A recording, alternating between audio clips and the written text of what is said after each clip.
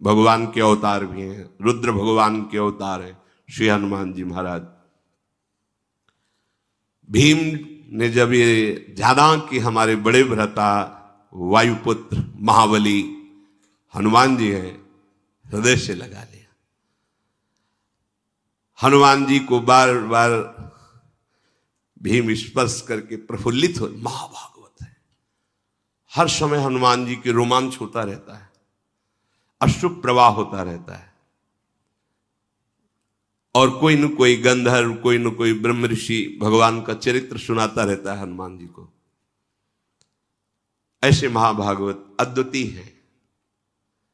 प्रभु की सेवा प्रधान धर्म, रोम रोम में सिया राम जिनके बसे हुए हैं। यत्र यत्र रघुनाथ कीर्तनम तत्र तत्र कृतमस्तकांजलम वाष्पवारि परिपूर्ण लोचनम। बड़ी अपार श्रद्धा है महाभागवत। जो हनुमान जी को किसी शक्ति विशेष का रूप देख करके फिर वो ये बात नहीं समझ पाता। महाभागवत प्रेम प्लावित हृदय, हर समय प्रभु के प्रेम में डूबे रहते हैं। इसलिए कदली वन में एकांत, कभी भगवान के चरित्र को सुन रहे हैं, कभी भगवान के नाम कीर्तन में, कभी रूप में, कभी उनके लीला गुणों में डूब करके अशुभ प्रवाह करते रहते हैं। भीम जी बार बार स्पर्श कर रहे तो बहुत सुख मिल रहा है। महाभागवत के स्पर्श से परम सुख मिलता है। भीम जी की भी आंखों से अशुभ प्रवाह है, क्योंकि रंग चढ़ता है ना। बार बार हनुमान जी के चरणों में प्रणाम करते, फिर खड़े हो जाते, फिर दर्शन करते, फिर प्रणाम करते। आहा, आज मेरे समान कोई बड़भागी नहीं, भीम जी कह रहे, क्योंकि आज मुझे महाभागवत ज्येष्ठ भ्राता महाबली हनुमान जी का दर्शन हुआ। आपने मुझ पर बड़ी कृपा की, अपना जान करके आपने दर्शन दिया। अब एक प्रिय कार्य आपसे कराना चाहता हूं। मेरे हृदय में जब मैं आपकी चर्चा सुनता तो ये लगता कि मैं अपने भ्राता का वो रूप कब देखूंगा जो लंका में प्रकाशित किया।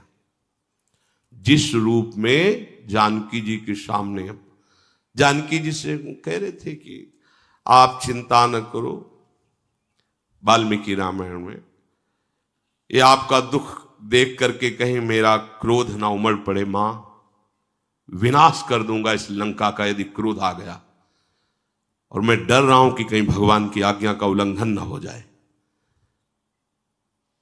तो जानकी जी ने कहा, यही रखवाले इतने बड़े बड़े हैं कि बेटा आप उनसे पार नहीं पा सकते हो। उन्होंने कहा, मां यदि अपने हृदय में सुख धारण करो तो ये पुत्र आपको। जानकी जी ने, वह अति लघु रूप धरेऊ हनुमाना, पैठा नगर सुमिर भगवाना। एक डाल पे छोटे रूप में जैसे वानर रूप, ऐसे तो जानकी जी सो इतने विकराल भयानक दे। कनक भूधराकार शरीरा समर भयंकर, टांगों के नीचे लंका, वो भयानक रूप। और जब दहाड़ कर दे तो फट जाए आकाश, ऐसा अपार। कि जिनका छोटा करो ले सब देख लेंगे, वो भयंकर रूप। मैं एक और प्रिय कार्य कराना चाहता हूं। मेरे हृदय में बहुत समय से है कि मैं अगर कभी अपने भ्राता से मिला तो मैं वो रूप देखना चाहता हूं। मकराले समुद्र को लांग करके लंका में प्रवेश करना, लंका को भस्म करना, मैं वो आपका विकराल रूप देखना चाहता हूं। मुझे बहुत सुख होगा। वैसे हमारी आप पर बड़ी श्रद्धा भी, और आप मेरे बड़े भ्राता भी हैं, तो दोनों से मैं अधिकारी होता हूं। जब श्रद्धा प्रबल हो तो गूढ़ तत्व महापुरुष जन नहीं दुरा सकते। तो मेरी श्रद्धा भी आप पर प्रबल है और मैं आपका भ्राता भी हूं। हनुमान जी हंस पड़े, कहा, भैया नहीं नहीं नहीं नहीं, उस रूप को तुम्हारे देखने की सामर्थ्य नहीं है। कोई भी त्रिभुवन में उस रूप को देखकर धैर्य धारण नहीं कर सकता। और फिर वो समय कुछ और था, अब समय कुछ और है, छोड़ो वो बात। देखो युग धर्म का प्रभाव होता है। हनुमान जी महाराज ने कहा वो त्रेता था, उस समय का प्रभाव कुछ अलग था। अब धीरे धीरे ये द्वापर का समापन होने जा रहा है, कलयुग आ रहा है, इसके प्रभाव से सब कुछ नष्ट हो जाएगा। अब वो मेरे में सामर्थ्य कहां कि मैं रूप दिखा सकूं, इसलिए तुम ऐसा जैसे वो कह रहे थे मैं बूढ़ा हो गया हूं कैसे उठूं, ऐसे ही वो छुपाना चाहते कि काहे को भयभीत हो जाएंगे अभी देख के। पर्वत नदी वृक्ष सिद्ध देवता महर्षि ये सभी युग धर्म का अनुसरण करते हैं। युग धर्म के अनुसार शरीर बुद्धि बल साधना बल इन सब में न्यून या अधिकता आती है, जैसा समय होता है उसके अनुसार। तुम मेरे उस रूप के देखने का आग्रह मत करो, क्योंकि मैं भी समय का ही अनुसरण करता हूं। अब वो समय नहीं रहा रूप दिखाने वाला। भीमसेन ने कहा प्रभु आप ऐसा समय को क्यों इतना बलवान बता रहे हैं, आप तो सर्व सामर्थ्यशाली हैं।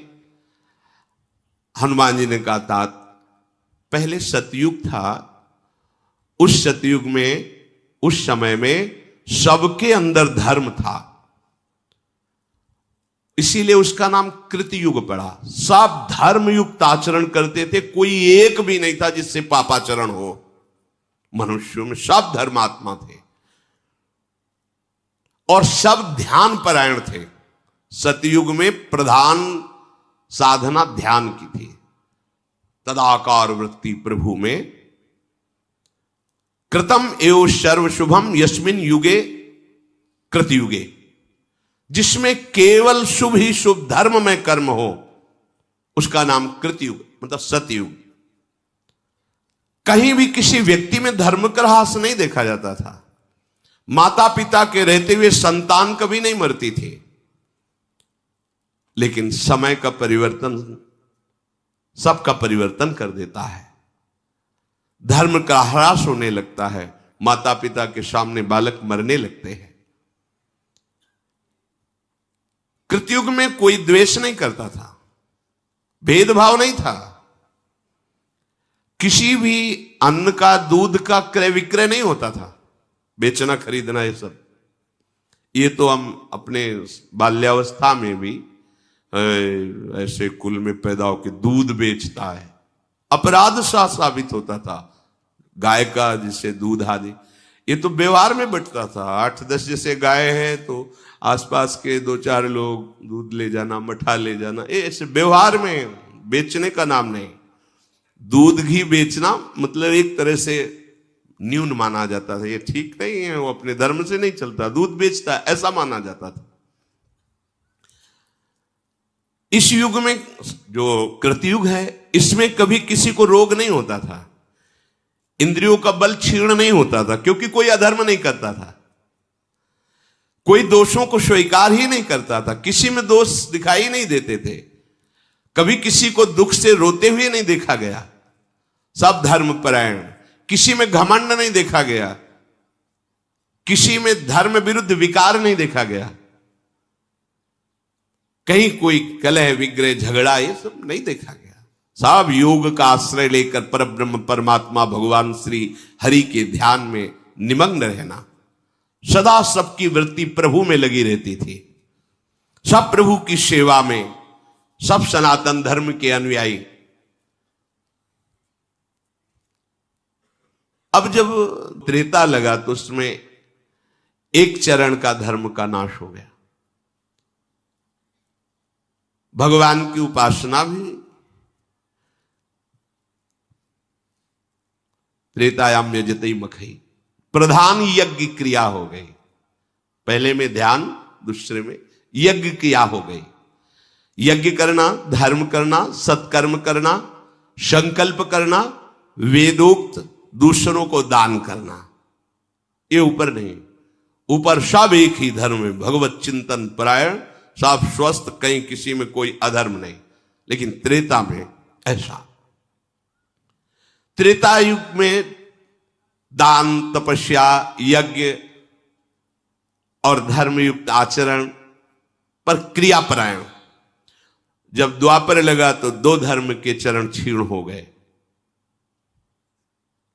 इसमें पूजा प्रधान हुई। ऋक यजु साम अथर्व वेद को 4 भागों में बांटा गया।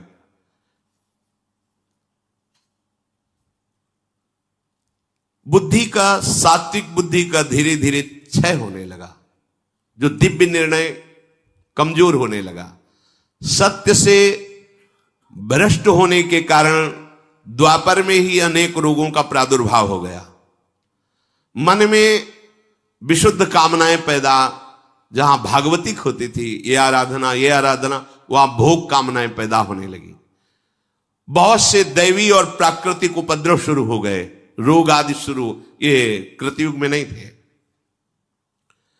अब जो आगमन होगा भी कुछ दिनों बाद, हनुमान जी कह रहे, क्योंकि भीम से बात करें, ये द्वापर का अंतिम चरण है। ये जो कलयुग आएगा तो इसमें एक ही चरण रह गया, 3 चरण धर्म के नष्ट हो गए।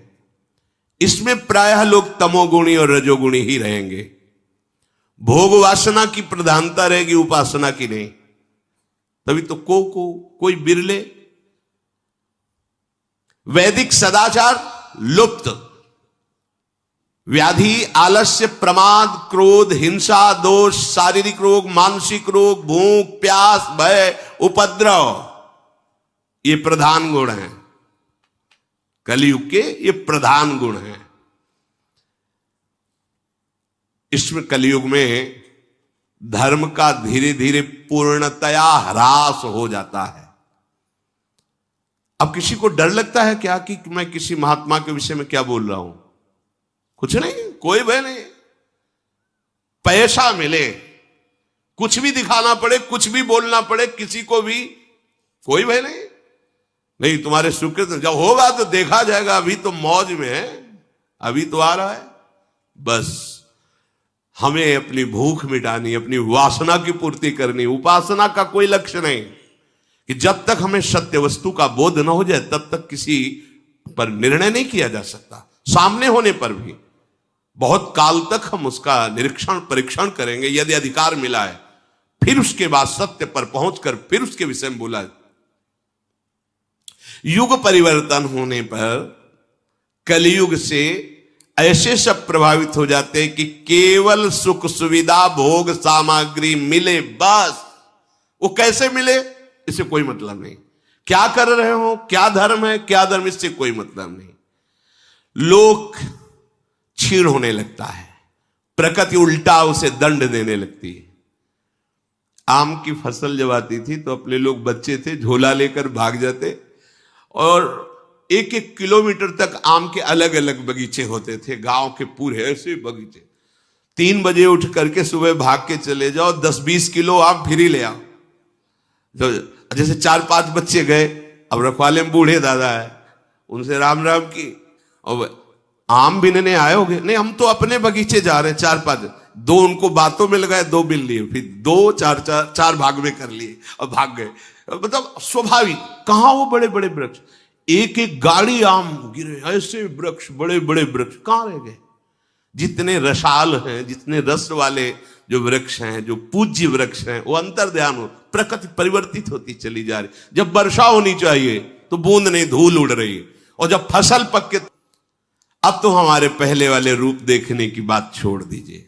भीमसेन ने कहा, अब बहकाइए मत प्रभु, मैं बिना आपका वो रूप देखे संतुष्ट नहीं होऊंगा। आप कृपा करें और मेरे सामने वो रूप प्रकाशित करें। जब भीमसेन ऐसा कहने लगे तो भगवान मुस्कुराए और बहुत जोर से आवाज की, जय श्री राम। दृष्टि अंत ही नहीं नजर आ रहा है कि हनुमान जी का मुखारविंद कहां है। वो भयंकर रूप धारण किया। उनकी लंबाई, चौड़ाई, ऊंचाई, तीनों चीजें नहीं देख पा रहे हैं भीम। कितना चौड़ा शरीर, कितना लंबा, भीम नहीं देख पा रहे हैं। कदली वन को लांघकर गंधमादन घुटनों तक आ गया। गंधमादन पर्वत, ऐसा नहीं है, गंधमादन पर घुटनों तक आ गया। हनुमान बोले बस करें या और बढ़ाएं? उनका इतना विशाल स्वरूप दे, लाल आंखें, विकराल दाढ़े, और उनकी श्वास ऐसी चल रही थी जैसे प्रचंड तूफान चल रहा हो। हनुमान जी की श्वास, भौहें तन गई क्योंकि विकराल रूप देखना चाहते थे, और पूंछ को हिलाकर जो फटकारा, ऐसा लगा कि आकाश फट जाएगा, ऐसी आवाज प्रकट हुई। हनुमान जी के सामने जैसे सहस्त्र सूर्य उदय हो गए, ऐसा तेज प्रकट है, पूरे कंचन वरण विराज सुविशा। सुवर्ण में मेरु पर्वत 4 लाख योजन का है, छाती के सामने है, और ऊपर हनुमान जी है। भीमसेन की आंखें बंद हो गई, घबराहट पैदा हो गई। हनुमान जी मुस्कुरा कर कहे कि मेरा ये स्वरूप अभी पूरा नहीं है, इतने में ही तुम्हारा हृदय घबरा गया, आंखें बंद हो गई। मैं इससे दुगना भी बड़ा हो जाऊं, मैं जितनी भावना करूंगा मेरा रूप उतना ही बड़ा होता चला जाएगा। जैसा मैं सोचता हूं वैसा ही उसी समय रूप धारण कर लेता हूं। भीमसेन जी ने देखा कि सुमेरु पर्वत को भी लांग करके ऐसा भयंकर रूप। भीमसेन घबराहट से बैठ गए, मतलब धरती को पकड़, केवल देखने मात्र से। फिर धीरे धीरे हिम्मत की, हाथ जुड़े और खड़े होकर कहा, हे महाभागवत, मेरी अब सामर्थ्य नहीं है, आप अपने रूप का स्मरण कीजिए, मैं इस रूप को नहीं देख पा रहा हूं। घबरा गए जैसे अर्जुन जी, प्यारे लाड़िले कृष्ण सारथी बने बैठे हैं, हे कृष्ण, हे सखे, ऐसे बात करते हैं। तो बताते बताते फिर कहा, देखो मैं कौन हूं जो अब समस्त दिशाओं को आच्छादित करके विकराल रूप। आप कौन है प्रभु? बोले, बढ़ा हुआ काल का भी महाकाल। ऐसे अर्जुन पसीना पसीना कांप गए। तुम्हादि देवा पुरुषा पुराणा तुमस्य विश्वस्य परम निधानम वितास्य वेद्यम परमम च धाम त्वया ततम विश्वमनंत। कांप रहे अर्जुन, महाबली अर्जुन, दिव्य गांडीव धनुर्धारी, दिव्यास्त्र वेत्ता, भगवान के रूप को देखकर कांप रहे हो। कह रहे संवरण कीजिए, मेरी सामर्थ्य नहीं कि मैं आपको देख पाऊं। ऐसे भीम जी हनुमान जी से, प्रभु मेरी अब नेत्रों में सामर्थ्य नहीं रहेगी कि मैं आपके स्वरूप को देख सकूं। अप्रमेय ये पर्वताकार शरीर। तो जब समुद्र लांगे थे तो हनुमान जी को एक बाल्यावस्था में विनोद में साप मिल गया था। इनका स्वभाव ही था, इधर मारा वो वृक्ष टूटा, इधर तो ऋषि का आश्रम सब विध्वंस हो गया था। खेल खेल में कोई गुस्सा नहीं। तो उन्होंने कहा कि जब तुम्हें तुम्हारे बल की कोई याद दिलाएगा तब तुम्हें आएगा, नहीं तुम अपने बल का विस्मरण। ऐसा जब समुद्र पार होना था तो चुपचाप शांत खड़े सब अपनी अपनी बातें कर रहे थे। जामवंत जी ने देखा हनुमान जी तो, का चुप साध रहा बलवाना, आप तो कुछ बोल ही नहीं रहे हो। अरे आपका अवतार ही हुआ है भगवान की सेवा के लिए, आप मौन धारण की। जब होश दिलाएगा तब जेहगिर चरण दे हनुमंता, चले सुगा पाताल तुरंता। मारा ठसक तो पर्वत पाताल को चला गया। जिम अमोघ रघुपति कर बाना, यही भांति चले हनुमाना। जैसे भगवान की सारंग धनुष से छूटा हुआ बाण अमोघ, ऐसी गति हनुमान जी की। हम ऐसे स्वामी के सेवक हैं। ये लाड़िले तो हैं ही, पर ये इसीलिए सम्यक शास्त्रों का ज्ञान होना चाहिए। सेवक वाणी की फल स्थिति में लिखा हुआ है, सेवक वाणी जू अति अगाध मत गूढ़, बिरलो कोई समुझई हित मार्ग आरूढ़। हित मार्ग आरूढ़ भाव भागवत मिले सब, 4 वेद सुस्मृत जो 4 अवगाह ले जब, तब पावे सेवक हृदय। नहीं तो लगेगा कि अरे महावरली प्रियाजू के सामने खड़े हैं, कैसे भगवान? ये वही भगवान है जिनको काल देखकर भी थर्रा जाता है। यशोदा जी छड़ी लेके डांट रही हैं, रो रहे हैं, कैसे भगवान है? ये वो ही भगवान है जिनकी भ्रकुटि विलास सृष्टि लय हुई। सेवक जी कहते हैं, राधा वल्लभ भजत भज भली भली सब होए, भीर मिटे भट जमन की, भय भंजन हरि सोए। ये भय भंजन हरि सोए भरम भूले भटकत कत, ये लाडले फूलों से खेल रहे हैं, लेकिन है कौन? सोई वही हरि है जिनके बल से सब बलवान हैं, जिनके भय से सूर्य तपता है, जिनके भय से मृत्यु अपना काम करती है। ये वही प्रभु है, कोई और थोड़ी। वही हमारी प्रियाजू की भ्रकुटी के तन जाने पर हाथ जोड़कर विनय पूर्वक वहां लाडली को मनाते हैं। इसीलिए हमारे माई श्यामाजू को राज। प्रभु श्री भीम जी बोले, मेरे मन में एक बात आ रही है कि इतना महान बल, इतने महान आप हो, और आपने रावण को मारा नहीं। ये रूप देख के तो लगता है कि प्रभु कोई आपके सामने नहीं टिक सकता। फिर भगवान श्री राम को प्रयास करना पड़ा मारने के लिए। मुझे तो ऐसा लग रहा है कि आप अगर अपने बाहुबल का प्रयोग करें तो त्रिभुवन का विनाश कर सकते हैं। मारुति नंदन, अपनापन करके मैं पूछ रहा हूं कि आप समर्थ होती हुई रावण को क्यों नहीं मारा? सियाजू को क्यों नहीं वापस ले आए? भीम के ऐसा कहने पर कपिश्रेष्ठ हनुमान जी मुस्कुराते हुए बोले, सेवक का परम धर्म है कि स्वामी का यश हो, ऐसे ही कार्य करना चाहिए। बड़ी गूढ़ बात। ज्ञानी नाम अग्रगण्यम, सेवक का परम धर्म है ऐसे ही आचरण करे, बर्ताव करे, जिससे उसके स्वामी का यश हो। तुम ठीक कह रहे हो, ये अधम राक्षस रावण मेरे सामने भुनगे के समान था, मैं उसे ऐसे पीस सकता था, ऐसे, किंतु संपूर्ण लोकों में मेरे स्वामी की कीर्ति में बाधा पड़ जाती। हां, रावण ने सियाजी चुराया और हनुमान जी वापस सियाजी को लाए और रावण का विनाश किया। ऐसा नहीं, स्वयं मेरे प्रभु ने विनाश किया। ये सेवक की चतुराई। जब वापस लौट करके लंका से आते हैं तो एक सुग्रीव जी का बगीचा था जिसमें मनमानी सब फल पाते हैं। सूचना पहुंची कि पहरेदारों को भी पीट करके जितने भी आपके प्रधान वो सब फल खा रहे हैं। सुग्रीव जी आनंदित हो गए। बिना राम काज किए उस फल नहीं खा सकते थे हमारे सेवक जन। इसका मतलब राम काज हो गया। किसने किया?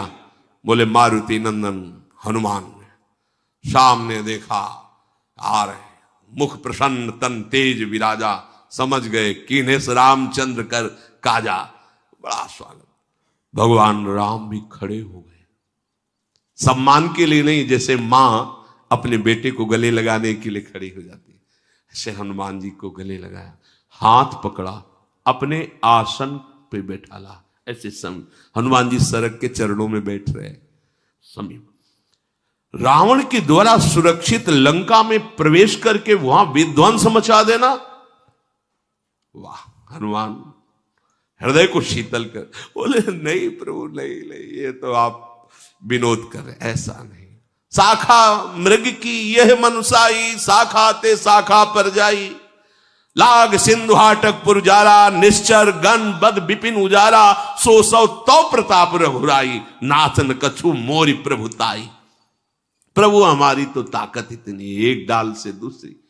मुझ बंदर की ताकत क्या कि समुद्र लांग कर जाना और रावण जैसे राजा के सुरक्षित राज्य में प्रवेश कर आग लगा देना, विध्वंस मचा देना। वहां मैंने देखा ये सब राम प्रताप कर रहा है। वहां मैंने आपकी कृपा को देखा, प्रभु आपका प्रताप ये सब कर रहा था। ऐसा नहीं बोला वचन विगत अभिमाना, ये महामहिमा होती। हाँ हाँ प्रभु हम गए, ऐसा नहीं। सेवक वही जो स्वामी की यश कीर्ति को फहराए, कहीं भी मान हृदय में स्पर्श न करे। श्री रामचंद्र मेरे आराध्य देव, मेरे प्राण प्रीतम प्रभु हैं। सेना सहित जब रावण का वध किया, सीता जी को वापस लाए तो उनकी कीर्ति हुई, मेरे स्वामी की कीर्ति हो, यही हमारा परम धर्म है। नहीं तो रावण मेरे लिए भुनगे के समान था। उस रूप में कह रहे हनुमान जी। बालक ही थे ना, वो मां से कहा मां मुझे भूख लगी है, कुछ खाने को दो। तो बोले जो लाल फल, सुबह का टाइम था, वही पाना, मतलब मीठा लगेगा, अच्छा रहेगा। तो आकाश की तरफ देखा तो लाल लाल अरुणोदय हो रहा था। भगवान सूर्य लील गए। अरे सब देवता प्रकट हो गए। महाराज अब ये कोई फल है खा ले? बाल्यावस्था में सूर्य भगवान को मुख में ले।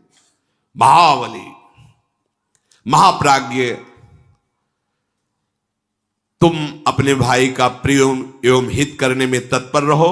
हनुमान जी ने भीम से कहा, वायु देवता सदैव तुम्हारी सुरक्षा में है, तुम उनके पुत्र हो। मैंने इसलिए यहां रोका है कि आगे सौगंधिक वन ये दिव्य देवताओं द्वारा, बड़े बड़े ऋषि मुनियों द्वारा सेवित है। कहीं ऐसा ना हो जाए कि तुम्हारे द्वारा अपराध बन जाए। कोई ऋषि बलशाली। हनुमान जी ने अपने प्रेम भरे नेत्रों से गदगद वाणी से भीम से कहा कि भीम अब तुम वापस चले जाओ और बातचीत के प्रसंग में कभी किसी को मेरे इस स्थान का परिचय मत देना। मैं इस स्थान पर रह रहा हूं ऐसा किसी से मत कहना। अब तुम्हें जो प्रिय हो मांग लो, क्योंकि मेरा दर्शन व्यर्थ न जाए। कोई वरदान जो तुम्हें प्रिय हो।